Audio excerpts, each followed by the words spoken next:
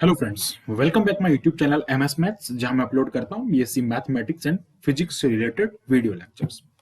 सो आज हम बात कर रहे हैं dynamics of a particle BSc second year mathematics के बारे में, जिसमें हम सिंपल हार्मोनिक मोशन के बारे में बात कर रहे हैं। एक न्यू टॉपिक के बारे में डिस्कस किया हमने प्रीवियस वीडियो में, that is the simple harmonic motion, सरल आवर्त गति। इसकी पूरी डिटेल्ड जानकारी हमने हमारे प्रीवियस वीडियोस में दी है, तो एक बार उसको जरूर देखें, जिसमें हमने वेलोसिटी, एक्सेलरेशन एंड पोजीशंस जो होती है सिंपल हार्मोनिक मोशन में किसी पार्टिकल की, उसके बारे में डिस्कस किया है एंड इंपोर्टेंट फॉर्मूला उसके बारे में हमने डिस्कस किया है। सो अब बात करते हैं यहाँ पे कि सिंपल हार्मोनिक मोशन होता क्या है। सिंपल हार्मोनिक मोशन होता क्या है, इसके बारे में आप समझने के लिए आपको हमारे प्रीवियस वीडियो देखना पड़ेगा। मैं यहाँ पे बता देता हूँ कि एक्चुअली सिंपल हार्मोनिक मोशन का रिप्रेजेंटेशन क्या है, मतलब एक्चुअली वो है क्या।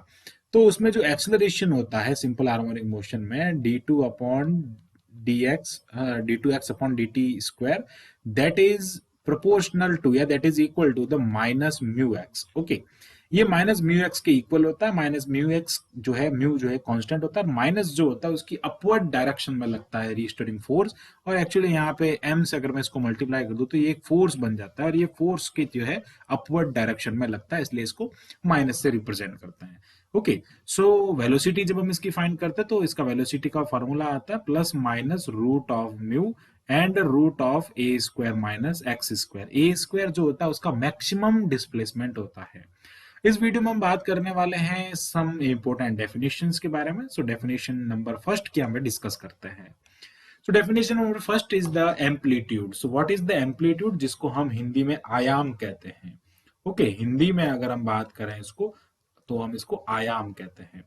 एक्चुअली आयाम या एम्पलीट्यूड क्या होता है, the maximum displacement of any point from its mean position is called the amplitude of SHM. अगर मैं बात करूं कि एसएचएम में कोई पार्टिकल जो है वो इस टाइप से आगे बढ़ रहा है, यानी कि ये इसकी मेन पोजीशन है। अगर मैं कहूं कि this is the mean position and this is A, sorry, this is the mean position O and this is A and this is A dash. वो अगर इस डायरेक्शन में भी आगे बढ़ रहा है और ए उसका मैक्सिमम डिस्प्लेसमेंट है, इधर भी आगे बढ़ रहा है तो मैक्सिमम डिस्प्लेसमेंट होगा। तो O A is equal to O A dash is equal to A, और इसका मैक्सिमम डिस्प्लेसमेंट जो होगा that is the amplitude. So हम क्या कहेंगे, the maximum displacement from its mean position. Mean position से चाहे वो इधर हो या वो इधर हो, मैक्सिमम डिस्प्लेसमेंट अगर उसका होगा तो वो उसके लिए एम्पलीट्यूड होगा।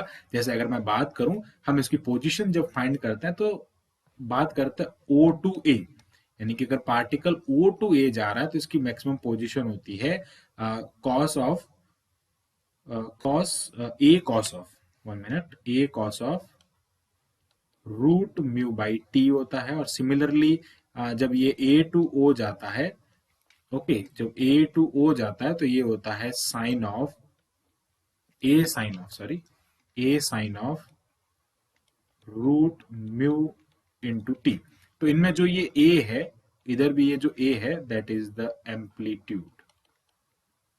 ओके, इनको हम एम्पलीट्यूड कहते हैं, और ये हमने जो है प्रीवियस वीडियो में डिस्कस किया है, पूरा हमने डिटेल डिस्कस किया। ओके, अब हम बात करते हैं यहाँ पे next, the time period of SHM. अब ये जो टाइम पीरियड जो होता है एसएचएम का, वो क्या होता है, इसका क्या फॉर्मूला होता है। तो बात करते हैं टाइम पीरियड ऑफ एसएचएम के बारे में। तो टाइम पीरियड की बात करते हैं हम यहाँ पे, टाइम पीरियड क्या होगा एसएचएम। अच्छा, एक चीज मैं बता देता हूँ, यहाँ पे जब हम ओ टू ए जाएंगे, ओके, ओ टू ए जाने पे हमारे पास में यहाँ पे, एक सेकेंड में बता देता हूँ, आई थिंक यहाँ पे थोड़ा रॉन्ग हो गया, कि यहाँ पे ओ टू ए जाएंगे ना, तो ये थोड़ा चेंज कर लेंगे कि जब हम ए टू ओ जाएंगे, सॉरी, ओ टू ए, इसको मैं ऐसे लिख देता हूँ कि जब आप ओ टू ए जा रहे हैं, यानी कि यहां से यहां जा रहे हैं, ओ टू ए जा रहे हैं, तो आपके पास में आएगा साइन, यानी कि ये हो जाएगा ए टू ओ के लिए। जब आप ए पॉइंट से ओ की तरफ जा रहे हैं तो आ जाएगा ये, जिसमें हम प्लस डायरेक्शन लेते हैं, और ओ टू ए आ जाएगा तब ये आ जाएगा। ओके, ये इसमें थोड़ा कंफ्यूजन क्रिएट होता है, लेकिन कंफ्यूज होना नहीं है कि ए टू ओ जब जाते हैं तो हम यहाँ पे प्लस वेलोसिटी लेते हैं, और जब ओ टू ए जाते हैं तो माइनस वेलोसिटी लेते हैं, जिसके कारण यहाँ पे इसमें जो है वो माइनस लिया जाता है, इसमें जो है वो प्लस लिया जाता है। और इसमें माइनस वेलोसिटी के कारण जब हम ए टू ओ जाते हैं, तो जो फोर्स होता है वो फोर्स इसके अपवर्ड डायरेक्शन में लगता है, वेलोसिटी जो है वो माइनस होती है। Okay, now come to the topic that is the time period. Okay, so बात करते हैं टाइम पीरियड के बारे में। टाइम पीरियड क्या होता है? द कांस्टेंट टाइम इंटरवल, ये कांस्टेंट टाइम इंटरवल है। ओके, इंटरवल की बात हो रही है, constant time interval at which the particle reaches to the same initial position. Particle जो है वो उसी सेम इनिशियल पोजीशन पे पहुंच जाता है with same velocity. Okay, is known as the period of the SHM. Particle यहां से अगर स्टार्ट होता है ए से, सॉरी ओ से स्टार्ट होता है मीन पोजीशन से, ओ से पार्टिकल ए की तरफ आगे बढ़ता है, ओ से ए तक जाना, द कांस्टेंट टाइम इंटरवल, यहां से स्टार्ट हुआ, ओ से ए तक गया, फिर यहां से उसी वेलोसिटी से, मान लेते हैं वी वेलोसिटी से आगे बढ़ा और उसी वेलोसिटी से वापस लौट के वो ओ पे आता है, और इसके बीच का जो टाइम इंटरवल होता है that is called the time period of SHF. इसमें जो टाइम लगता है दैट इज टी, और ये जो टाइम पीरियड होता है वो 2 पाई अपॉन रूट म्यू के इक्वल होता है। ओके, सो पीरियडिक ऑफ ये जो पूरा होता है वो एक ऑस्किलेशन में जो टाइम कंप्लीट होता है that is the period. Okay, एक ऑस्किलेशन यानी यहां से एक ऑस्किलेशन का मीनिंग होता है ओ टू ए और फिर वापस ए टू ओ, मतलब एक ऑस्किलेशन मतलब ए टू ओ और वापस ओ पे आना, पूरा एक ऑस्किलेशन होता है, और उस एक ऑस्किलेशन में उसका जो टाइम होता है वो ये होता है, इसका ये वाला फॉर्मूला होता है। बहुत इंपॉर्टेंट फॉर्मूला, हम कई कई जगह पे इसका यूज काफी बार करते हैं। फिर हम बात करते हैं नेक्स्ट फ्रीक्वेंसी के बारे में। सो एक्चुअली फ्रीक्वेंसी क्या है? Number of oscillation in unit time period. ये कह रहा है number of oscillation n is equal to number of oscillation in unit time period, यानी कि 1/t, n is equal to 1/t होता है। हम चल रहे हैं O टू A, और O टू A जाने में कितने फ्रीक्वेंसी यानी कि एक यूनिट टाइम पीरियड में वो कितने उसमें ऑस्किलेट करता है, यहां से यहां तक कितने ऑस्किलेट करता है, that is known as the frequency. ये इसको फ्रीक्वेंसी कहता है। और अगर हम इसको वैल्यू, इसके फॉर्मूले की बात करो तो ये 1 अपॉन ये हो जाएगा 2 पाई अपॉन रूट म्यू हो जाएगा। इसको अपन लिख सकते हैं root mu upon 2 pi. This is the inverse of the, मतलब ऐसा कह सकते हैं कि ये उल्टा जस्ट अपोजिट होता है टाइम पीरियड का। अब आता है इपोक एंड फेज के बारे में। तो इपोक एंड फेज क्या होता है एसएचएम के लिए? फॉर एसएचएम हम जानते हैं कि d2x अपॉन dt स्क्वायर जो होता है एसएचएम की डेफिनेशन से, that is the minus mu x. Okay, और यहाँ पे हम क्या करते हैं, इसको ऐसे मैं लिखूं कि d बाई dt को अगर मैं d से रिप्रेजेंट करूं तो ये हो जाएगा d2x प्लस ये हो जाएगा mu x is equal to 0, और ये बन जाएगा D square plus 1 into x is equal to 0। तो ये एक dx बाई dt की फॉर्म में डिफरेंशियल इक्वेशन बन जाएगी, और इस डिफरेंशियल इक्वेशन को हम कहते हैं linear differential equation. Okay, linear differential equation with constant coefficient. और ये जो कांस्टेंट कोफिशिएंट की डिफरेंशियल इक्वेशन होता है, इन कांस्टेंट कोफिशिएंट डिफरेंशियल इक्वेशन को सॉल्व करने का एक मेथड होता है general solution is equal to C F plus P I.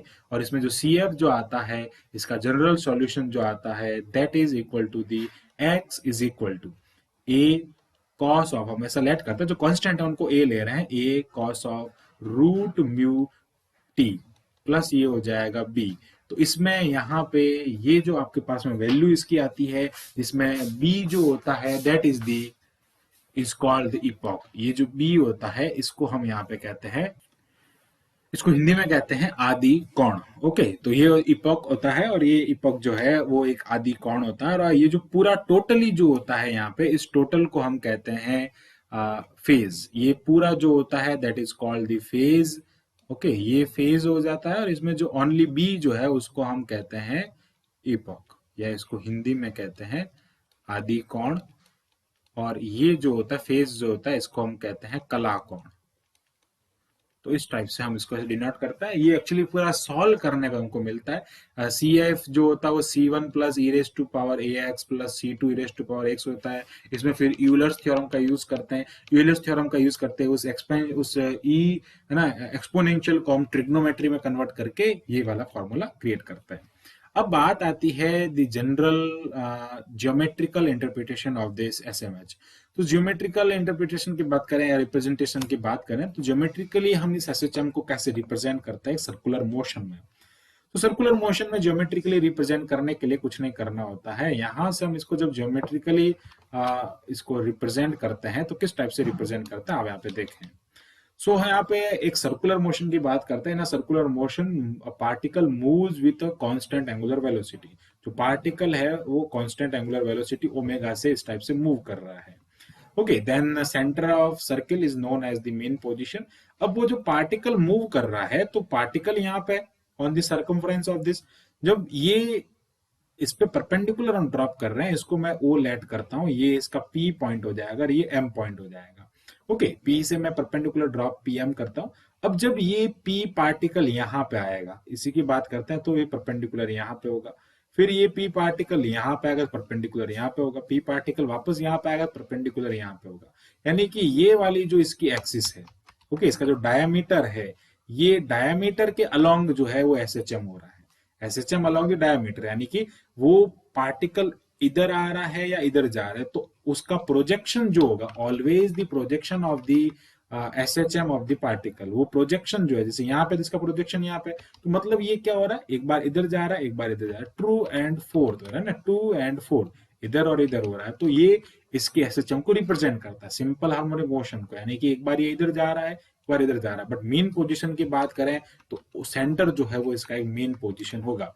Okay, जो पार्टिकल है उसकी एसएचएम जो होगी वो डायमीटर के अलोंग होगी, यानी कि अगर आप इसको एक्सिस लेट करें तो इस एक्सिस के अलोंग होगी। वो पार्टिकल इधर जाएगा तो इसका प्रोजेक्शन यहाँ होगा, पार्टिकल इधर आएगा तो इसका प्रोजेक्शन यहाँ होगा। इस टाइप से इसको हम रिप्रेजेंट करते हैं। अब बात करते हैं यहाँ पे इसके रिप्रेजेंटेशन में कि हम इसको इस टाइप से रिप्रेजेंट करते हैं, तो इसके लिए वैल्यूज क्या क्या होगी ऐसा हम इसलिए नोट करते हैं। ये पी पॉइंट हो जाएगा, ये इसका एम पॉइंट हो जाएगा, और ये एंगल जो है वो थीटा एंगल हो जाएगा। तो हमको इसके लिए जो डिस्प्लेसमेंट है वो फाइंड करना है। तो डिस्प्लेसमेंट क्या होगा, हम डिस्प्लेसमेंट की बात कर लेते हैं यहाँ पे। और जो एक्सेलरेशन है वो क्या होगा, एक्सेलरेशन एक्चुअली क्या आना चाहिए, जैसे अगर हम डेफिनेशन से बात करें तो हमने अभी ऊपर लिखा है कि एक्सेलरेशन जो होता है that is equal to the minus mu x, और म्यू जो है वो कांस्टेंट है फॉर लीनियर। अब हम यहाँ पे बात करें एंगुलर, तो एंगुलर में कांस्टेंट एंगुलर वेलोसिटी लेंगे। यहाँ पे तो क्या हो जाएगा, नॉर्मली कांस्टेंट ले लिया लीनियर में, लेकिन सर्कुलर की जब बात होगी तो इसमें एंगुलर कांस्टेंट लेंगे। इसको मैं ए डैश एंड इसको ए कंसिडर कर लेता हूँ पॉइंट। तो बात करते हैं theta is equal to angle P M O, ये एक एंगल हो जाएगा। और फिर बात करते हैं फ्रॉम ट्राइंगल। अच्छा, थीटा की डेफिनेशन से अगर मैं देखूं that is omega into t. Okay, यही तो होता है, omega velocity is equal to angular displacement upon time, और उससे हम theta is equal to omega t find कर लेंगे। फिर अगर मैं बात करता हूं यहां से कि from triangle O M P, ये राइट एंगल ट्राइंगल होगा। राइट एंगल ट्राइंगल में अगर मैं ओ एम की वैल्यू फाइंड करता हूं that is the cos of OP. Okay, sorry OP, इस टाइप कैसे लिखेंगे, OP cos of theta. Then OP की वैल्यू जो है वो हम यहाँ पे क्या करेंगे, इसकी रेडियस जो है मैं यहाँ पे ए लेट कर देता हूँ। Okay, radius, the radius of circle is equal to A, ऐसा हमने इसमें लेट कर दिया कि रेडियस ये है। तो ये हो जाएगा O M is equal to O M is equal to a cos of omega t, ये हो जाएगा ओमेगा टी। अब यहाँ पे देखेंगे कि माइनस आएगा, कैसे आएगा, अगर मैं बात करूं इसके डिस्प्ले, ये तो क्या आ गया, x इज इक्वल टू, अगर मैं इसको एस एक्स लेट करता हूँ, okay, this is the position. Okay, इसको मैं x लेट कर लेता हूँ, तो x is equal to O M is equal x is equal to O M and that is equal to a cos of omega t. Actually हमको जो find करना है ना, वो फाइंड करना है यहाँ पे इसका एक्सेलरेशन। तो एक्सेलरेशन फाइंड करेंगे तो क्या आ जाएगा, dx by D T, differentiate करेंगे तो डिफ्रेंशिएट करने पे कॉस का डिफ्रेंशिएशन माइनस साइन होता है, तो ये हो जाएगा साइन ओमेगा टी, और टी का वापस करेंगे तो ये 1 हो जाएगा, और यहाँ पे जो है ओमेगा बार आएगा। ओमेगा टी का वापस करेंगे तो ये साइन ओमेगा टी हो गया, और यहाँ पे जो है वो आगे ओमेगा बार आएगा। सिमिलरली इसका अगर मैं एक बार और डिफ्रेंशिएट करता हूँ, ये तो हो गई इसके लिए वेलोसिटी, अब फाइंड करता है एक्सलरेशन, तो acceleration is equal to d2x upon dt(x square). तो इसका जब वापस करेंगे तो माइनस a ओमेगा बाहर रहेगा और साइन का हो जाएगा cos ऑफ ओमेगा t, वापस ओमेगा यहाँ पे मल्टीप्लाई में आएगा। It means acceleration is equal to, okay, this is acceleration, this is not a small a, इसको हम एक्सलरेशन कहेंगे। So acceleration is equal to minus a omega square cos omega t आएगा, और यही जो है एक्सेलरेशन हम उससे फाइंड करता है। अब यहाँ पे cos ओमेगा टी जो है उसमें हम इसको ऐसे लिखेंगे, cos ओमेगा टी एंगल जो है वो 90 डिग्री हो जाए या 0 हो जाए, उस पर अलग अलग कंडीशंस होगी। ओके, तो एट टाइम हम बात करते हैं at time t is equal to 0। Okay, अगर हम टाइम t 0 ले लेते हैं यहाँ पे, तो ये क्या हो जाएगा d2x upon D T square. तो ये हो जाएगा d2x upon D T square, और टाइम हमने यहाँ पे क्या ले लिया, 0 ले लिया फॉर टाइम 0, और टाइम 0 पे ये क्या हो जाएगा minus a omega square cos 0 हो जाएगा। ओके, और cos 0 की वैल्यू क्या होती है, 1 होती है, वो हम यहाँ पे पुट कर देंगे, तो ये आ जाएगा आपके पास में x double dot. It means जो है x का आप डबल बाय डिफरेंशिएट करें तो उसको हम x डबल डॉट से डिनोट कर देंगे, that is equal to the minus a omega square. Okay, minus a omega square हो जाएगा, और a जो है उसमें क्या हो जाएगा, x हो जाएगा, बिकॉज हम टी टाइम पे बात कर रहे हैं, टाइम टी पे ये जो रेडियस है ना, ये रेडियस जो है इस टाइप से, अगर आप e लिखे तो भी कोई दिक्कत नहीं है वैसे, ये हो जाएगा a ओमेगा स्क्वायर। एक्चुअली यहाँ पे a ही आएगा, हाँ, क्योंकि x जो है वो से छोटा है, तो ये a आ जाएगा, और ये हो जाएगा इसके लिए वेलोसिटी। तो जब आप इसमें एक्सेलरेशन फाइंड करते हैं नॉर्मल में, तो ये होता है ऐसे, माइनस ओमेगा एक्स होता है, और x जो होता है उसका डिस्प्लेसमेंट है, और यहाँ पे a जो है वो इसका डिस्प्लेसमेंट है। ओके, तो हमने उसी रिप्रेजेंटेशन से हमने ज्योमेट्रिकल इसको रिप्रेजेंट किया है कि सर्कल में किस टाइप से होता है, एक लीनियर एसएचएम से हमने इसको सर्कुलर एसएचएम में इस टाइप से डिनोट किया है। सो आई होप आपको ये जो सारे important definitions and important formula समझ में आए होंगे। सो मिलते हैं एक नेक्स्ट वीडियो में जिसमें हम इसके इंपोर्टेंट क्वेश्चन के बारे में डिस्कस करेंगे। अभी तक के लिए इतना काफी। अगर आपने हमारा चैनल अभी तक सब्सक्राइब नहीं किया है तो please do subscribe, and thanks for watching this video. Keep watching MS Maths and share this video and like this video.